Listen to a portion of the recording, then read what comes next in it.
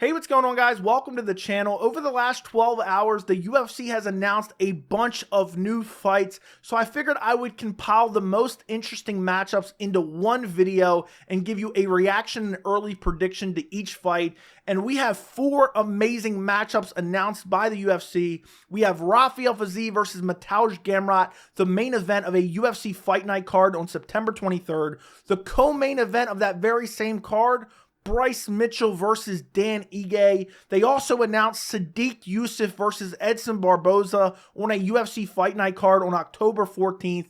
And also announced Giga Chikadze versus Alex Caceres for August 26th in Singapore. I'm assuming that's the co-main event to Max Holloway versus the Korean Zombie. We're going to go through each one of these fights. I'm going to give you a reaction and early prediction.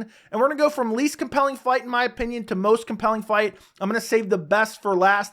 Comment down below, which of those four matchups are you most looking forward to? I have a guess, but let's start off with the first fight. Sodiq Yusuff versus Edson Barboza. Yusuf ranked number 11 in the UFC featherweight division. Barboza ranked number 14 in the featherweight division. And I feel like this is the changing of the guard. This is what the UFC is attempting to do. I know Sodiq Yusuff has looked very promising. He's a young prospect in the featherweight division. Not crazy young. He is 30 years old. But I feel like the UFC is trying to build up some fresh contenders in the featherweight division. And that's why they are doing Sodiq Yusuff versus Edson Barboza over potentially some other matchups in the division, which we'll talk about a little bit later in the video. But I love this matchup. I think it's perfect matchmaking by the UFC. Sodiq Yusuff, he's been around for a while, but he really hasn't fought the best competition. His last fight was against Dan Ige. He was originally scheduled to fight Giga Chikadze back in September of last year, so Dan Ige stepped in on short notice a week after the originally scheduled fight. And, you know, you look over his record, the best fighter he's ever fought is Arnold Allen, and he lost that fight via decision. So the jury is still out on how good Sodiq Yusuff is and how good of a contender he is in the featherweight division. And I think Edson Barboza is the perfect test. Edson Barboza has been around forever. He has fought the who's who. Justin Gaethje, Paul Felder, Kevin Lee when he was actually good, Khabib Nurmagomedov, Beneil Dariush, Gilbert Melendez, Anthony Pettis, Tony Ferguson, Michael Johnson when he was good, Donald Cerrone when he was good. He's not won all these fights. You know, this is wins and losses. But Edson Barboza has fought the who's who, and he's still a decent fighter. You know, I know he's lost 2 out of his last 3, but if you really look at it, he's won 3 out of his last 5. His last fight was against Billy Quarantillo, another up-and-coming kind of prospect in the featherweight division. He goes out there and brutally flying knee KOs him in the first round. The fight before that, he fought Bryce Mitchell, another upcoming prospect in the division. Got out grappled by him. It is what it is. Edson Barboza is getting up there in age, and his grappling has always been his weakness. Before that, he lost to Giga Chikadze, another up-and-coming prospect in the featherweight division. So you can really notice a trend here. The UFC likes to test some of these young up-and-coming guys against Edson Barboza, who's one of the most dangerous kickers in the division, and he's been around forever. And I still consider him, I don't want to say he's the elite of the elite, but he's not. It's not like he's completely washed up. It's not like he's so slow and his chin is completely gone. He's still a high caliber fighter, in my opinion, and he's still a very fun fighter to watch. And what's great about Edson Barboza, and I feel bad saying this because I really like him as a fighter, he's a great measuring stick for the division. He's a great gatekeeper of the division. And I know Sodiq Yusuff is already ranked above him, but honestly, you know, this is going to be one of his toughest tests of his entire career, probably the second toughest test. He fought Arnold Allen. He lost that test. So now he gets tested against Edson Barboza, an old veteran who has, you know, great kicking ability, and he has a little bit of a deficiency in the wrestling. And if Sodiq Yusuff can't get by Edson Barboza, who's 37 years old, out of his prime, don't get me wrong, he's still fighting at a high level. If he can't get by him, he's not going to be able to make that jump up the division. So I really think what the UFC is doing here is they're seeing if Yusuf can be propelled potentially to a bigger and better matchup in the future, but he has to get by Edson Barboza first, who's a very tough test for anyone. And I love this matchup. I love this matchup. I think it's going to answer questions about Sodiq Yusuff. I think it's going to answer questions about Edson Barboza. I think back to kind of like Derek Brunson from like 2020, 2019. They were kind of using Derek Brunson as the measuring stick of the division. He beat up Edmund Shabazi and he beat up Darren Till. There was a couple guys that the UFC was trying to build off of Brunson's name, and Brunson sent him to the back of the line. So I'm wondering if Edson Barboza can pull that off with any regularity. He did it with Billy Quarantillo. Is he able to do it with Sodiq Yusuff? I think this is a very compelling matchup, and I'm really looking forward to this matchup. As far as an early prediction, I really want to go with Edson Barboza. My heart's telling me Edson Barboza. And the jury's still out on Sodiq Yusuff, but I'm going to go Sodiq Yusuff via decision. I think Sodiq Yusuff is very well-rounded. He has the wrestling. He has decent power. He has decent speed. And I think Edson Barboza is on the decline. And I think Sodiq Yusuff knows how one-dimensional Barboza is. Of course, he has these crazy spinning attacks and these nasty leg kicks, and he's super versatile with his striking. But the grappling of Edson Barboza, you know, he has decent takedown defense. I even picked him against Bryce Mitchell. That was a horrible pick. But I just think it's declining, and his weakness has always been the grappling. And I think Yusuf will be able to mix in the grappling, mix in the striking, land some good shots. And I think Sodiq Yusuff wins a hard-fought decision against Edson Barboza, as unfortunate that is for Edson Barboza. But I think that propels Sodiq Yusuff up the ranks a little bit, or at least bare minimum into a bigger fight in his next fight against probably a top 10 featherweight. Moving on to the next fight, we have Giga Chikadze versus Alex Caceres on August 26th in Singapore. What a featherweight matchup this is. The return of Giga Chikadze. Chikadze is ranked number 9. Caceres is ranked number 15. Alex Caceres has been in the UFC since 2010. 13 years. I thought he was much older than he actually is. He's only 35 years old. For comparison, Giga Chikadze is 34 years old, which was actually jarring to me because it's now or never for Giga Chikadze. A lot of people thought he was a future prospect, and he got absolutely destroyed by Calvin Kattar with pressure and wrestling, and that was his last fight. He hasn't fought since he lost to Kattar all the way back in January of 2022. So he's been out for a long, long time. By the time he fights, it'll be over a year and a half. And that does make me worry a little bit, but I am happy he took some time off because, honestly, he took so much damage against Calvin Kattar. He looked good early in the first round, but then I think towards the end of the first round got taken down, started to just wear down, started to tire out, and Calvin Kattar was just putting nonstop pressure on him. I'm actually surprised Giga Chikadze survived the onslaught of Calvin Kattar. But Giga was looked at as a future prospect, a future title contender. And he's 34 years old, and it's now or never. If he can't get a win over Alex Caceres, it's over for Giga Chikadze. The hype is over. Alex Caceres, he is a very good fighter, don't get me wrong. But he's one of these guys that's kind of like a gatekeeper of the top 15. Alex Caceres, you look at him over the course of his career, he just kind of wins and loses and wins. He doesn't often lose 2 fights in a row. The last time he lost 2 fights in a row was all the way back in 2016-2017, where he lost to Yair Rodriguez and Jason Knight.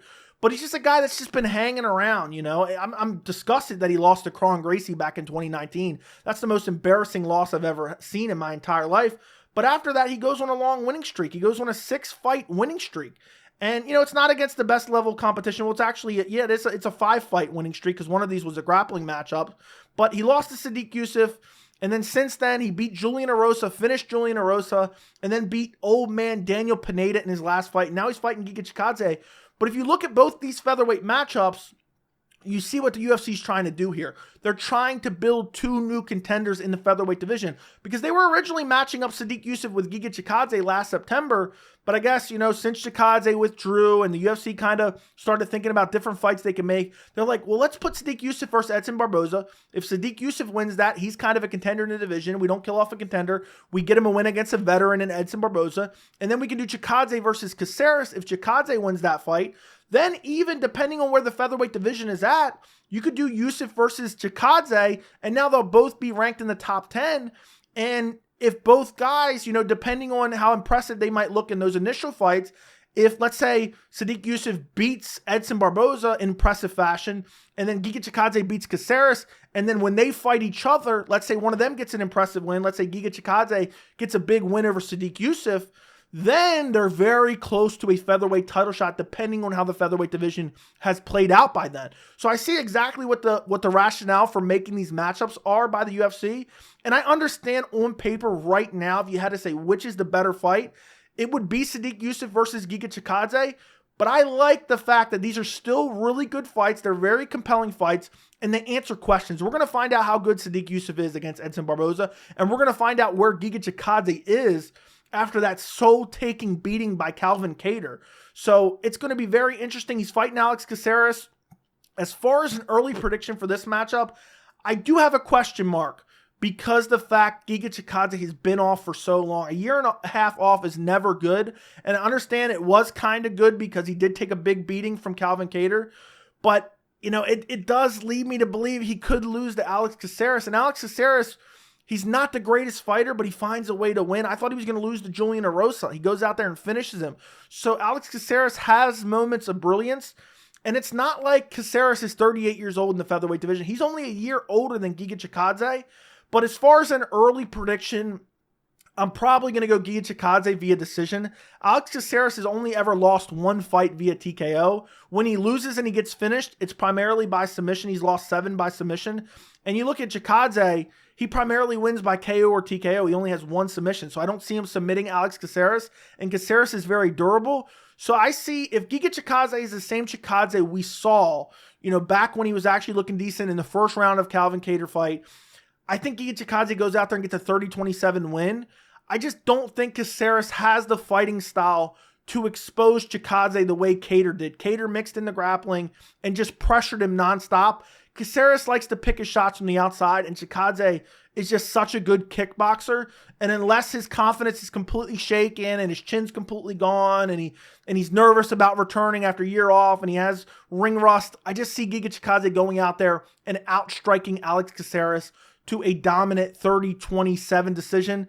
But it is questionable. I do put a question mark on that because of the long layoff by Giga Chikadze. But if he loses this fight, it's done. You can write off Giga Chikadze, 34 years old, in the featherweight division, now losing to Alex Caceres. There's no real time to rebuild. So this is a must-win for Giga Chikadze. Moving on to the next fight, another featherweight matchup. We have Bryce Mitchell versus Dan Ige. This is the co-main event on the September 23rd card. What a featherweight matchup this is. I'm really looking forward to this matchup. Bryce Mitchell, I think, dodged a bullet last year, or earlier this year, not last year, because he was supposed to fight Movsar Evloev earlier this year. And what originally happened is he was supposed to actually fight Jonathan Pierce on UFC 288 back in May. Jonathan Pierce pulled out. Movsar Evloev stepped in, and I said, I really don't like this fight for Bryce. He's coming off a loss to Ilia Topuria. And now you're making him fight like the most unknown, best featherweight possible in Movsar Evloev. Bryce Mitchell pulls out of that fight, has a back or shoulder injury. I can't remember exactly what it was. Pulls out last minute. And I think that was best for him because I really do believe Movsar Evloev was a stylistic, horrible matchup for him. And I know Evloev went on to have trouble with Lopez in that fight, but I think Lopez has a bright future. So I'm actually kind of glad Bryce Mitchell pulled out of that fight, even though it hurt for UFC 288 to lose a matchup of that caliber. But you look at Bryce Mitchell, he's coming off a loss to Ilia Topuria, you know, in December of last year, and Topuria really just destroyed him, went out there, outstruck him, and then in the second round just ragdolled him in the grappling, submitted him via arm triangle. Then afterwards, Bryce Mitchell's making all types of excuses of how he was sick and this and that, and it won't happen again. And I just think Ilia Topuria was really good. I was confident Ilia Topuria would go out there and smash Bryce Mitchell because I knew how good Topuria was on the ground. Joe Rogan didn't. He didn't know. He's like, oh, Topuria is going into Bryce's world. Doesn't even realize that Topuria is an elite level grappler, primarily a grappler who is now kind of fallen in love with his hands in the UFC. But I don't think that's a horrible loss for Bryce. Look at Topuria. He's on the verge of a title shot. He will most likely fight Alexander Volkanovski by the end of the year. So not a terrible loss for Bryce. I feel like he can get back on a winning streak and kind of make his name as a contender in the featherweight division. But Dan Ige, I think he's one of the most underrated fighters on the UFC roster. I've been saying for a while he's criminally underrated.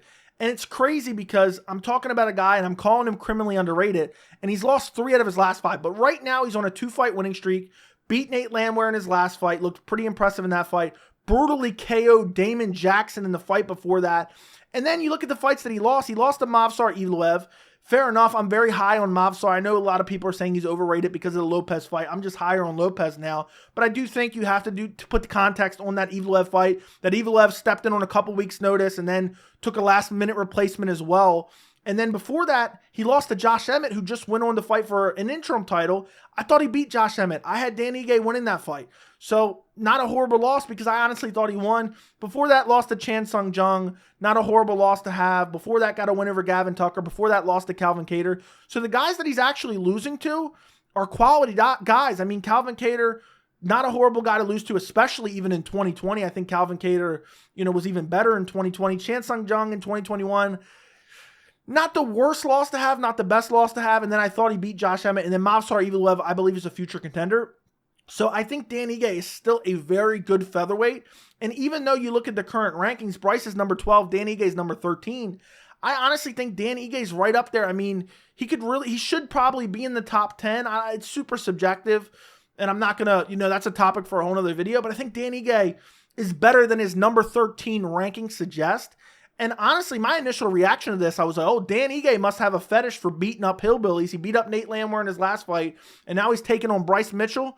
And that was honestly my initial reaction. But this fight is very interesting. I'm curious how Bryce Mitchell approaches this, because Bryce Mitchell is just kind of one-dimensional. He wants to just look to take you down and grapple you and look for submissions. And Dan Ige is not a guy who's easy to hold down. Movsar Evloev had some, success with that, but also Evloev was landing on the feet as well. So I think this is a tough matchup for Bryce, but I think it's more manageable than the Movsar Evloev fight from earlier this year. As far as an early prediction, I got to go Dan Ige. I think his striking is really good. I think he has good power. I do think it's going to be a close fight. I see like a 29-28 decision win for Dan Ige. I don't think he's going to finish Bryce Mitchell, but he could. Bryce doesn't have the greatest striking, and if he can't get the grappling going, Dan Ige will KO him.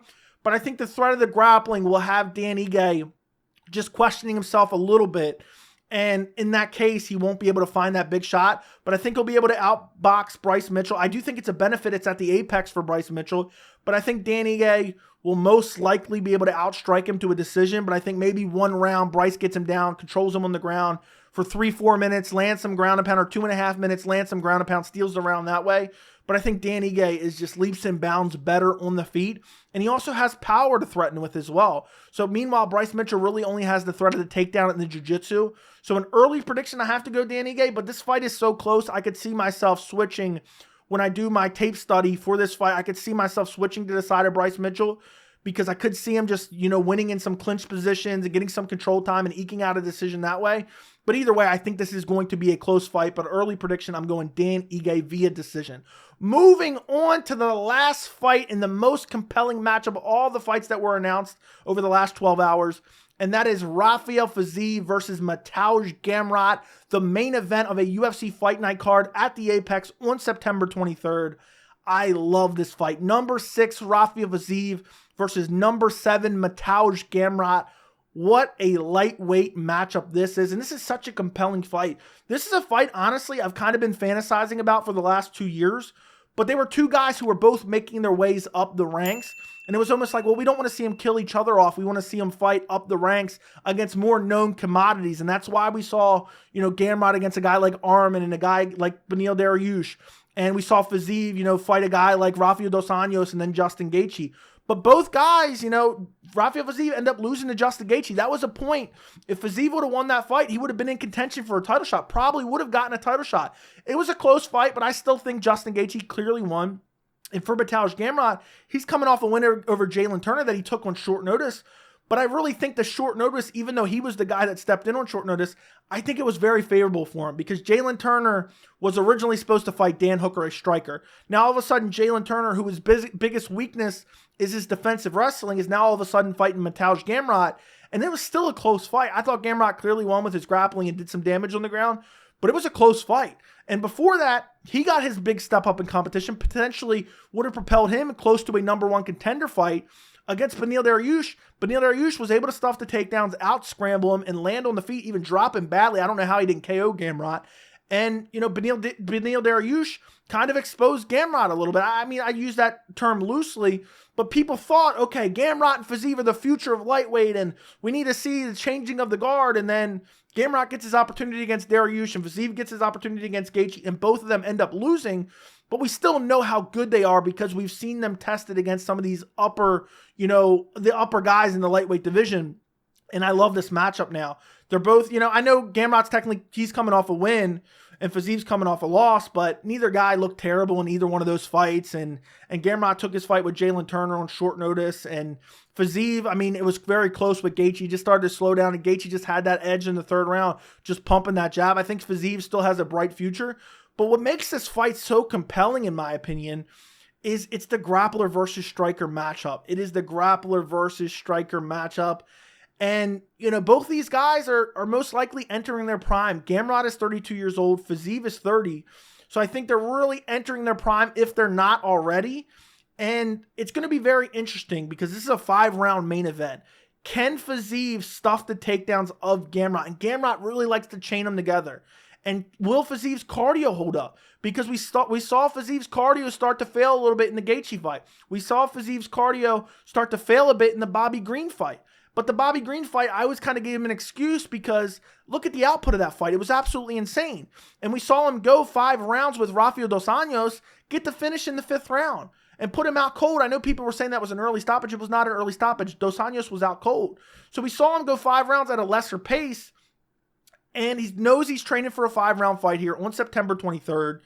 And, you know, it's going to be interesting because I could see in this fight, honestly, 3 rounds I think favors Fiziev, but 5 rounds I think favors Gamrot, because if Gamrot, even if he can't get the takedowns, he can kind of be the lightweight of, you know, he can be the Merab of lightweight, where he can just make you scramble enough and defend enough takedowns where you start to get so tired you can't defend takedowns anymore. And that's kind of what Merab does, and that's kind of what Gamrot could do to Fiziev here. And that makes me question this fight because undoubtedly early prediction for a 3-rounder, I'm going Fiziev most likely. But a 5-rounder, I could see Fiziev getting those first 2 rounds and then dropping that 3rd, 4th, and 5th because he's too tired and gets controlled a bit. So this fight is really going to be interesting. It's going to propel a fresh contender in the lightweight division because both guys are already ranked pretty high in the division. We need some fresh contenders for Islam Makhachev. Obviously, the division can be turned upside down in a moment's notice if Oliveira beats Islam, or maybe Islam has another title defense, you know, next year, and maybe he loses the belt to Dustin Poirier or Justin Gaethje, whoever wins that fight and potentially gets a title shot, or maybe he fights Alexander Volkanovski again, loses that fight. But if Islam continues to win, which I suspect he will, he's going to need a fresh contender. And a big win for Gamrot or Fiziev would be massive for the lightweight division. And Gamrot's a very compelling matchup for Islam Makhachev because he has those grappling credentials. And this fight is honestly really tough to pick. Early prediction, I want to lean Gamrot, but I'm going to go Rafael Fiziev. I think he's going to find a way to get it done. I've been high on Rafael Fiziev since he entered the UFC. I thought he would be a future champion, at least a future title contender. And I think Gamrot's striking just hasn't improved enough. And I think Fiziev is going to be training nothing but takedown defense, nothing but scrambles. And he's going to just be looking to land on the feet. And I think the striking difference, you know, in between these two guys, the skill gap in the striking between Fiziev and Gamrot is absolute insanity. And I think Fiziev, if he can stuff some of those takedowns and start to get a little bit of confidence stuffing those takedowns, I think he'll be able to find a kill shot on the feet. Early prediction, I'm going to go Rafael Fiziev, 3rd round TKO, but I think it's going to be a hard-fought fight with a lot of scrambles, with Gamrot just spamming takedowns over and over again. And also it favors Gamrot being at the apex, the smaller cage. So both these fights favor Gamrot and Bryce Mitchell because of the smaller cage and their desire to want to grapple their opponent. But I have to go Rafael Fiziev. I think he's a far superior striker. We've seen decent takedown defense from him in the past. And Gamrot, you know, he does chain them together very well. But I think Fiziev's going to be working on nothing but his takedown defense going into this fight. So I'm going to go Rafael Fiziev for an early prediction, 3rd round TKO. Let me know what you guys think about all these matchups down in the comments. Which of these 4 matchups is your favorite or you're most looking forward to? Mine is clearly Rafael Fiziev versus Mateusz Gamrot. I'm really looking forward to that lightweight fight. But let me know down in the comments. Don't forget to like the video. Don't forget to subscribe. And thank you so much for watching.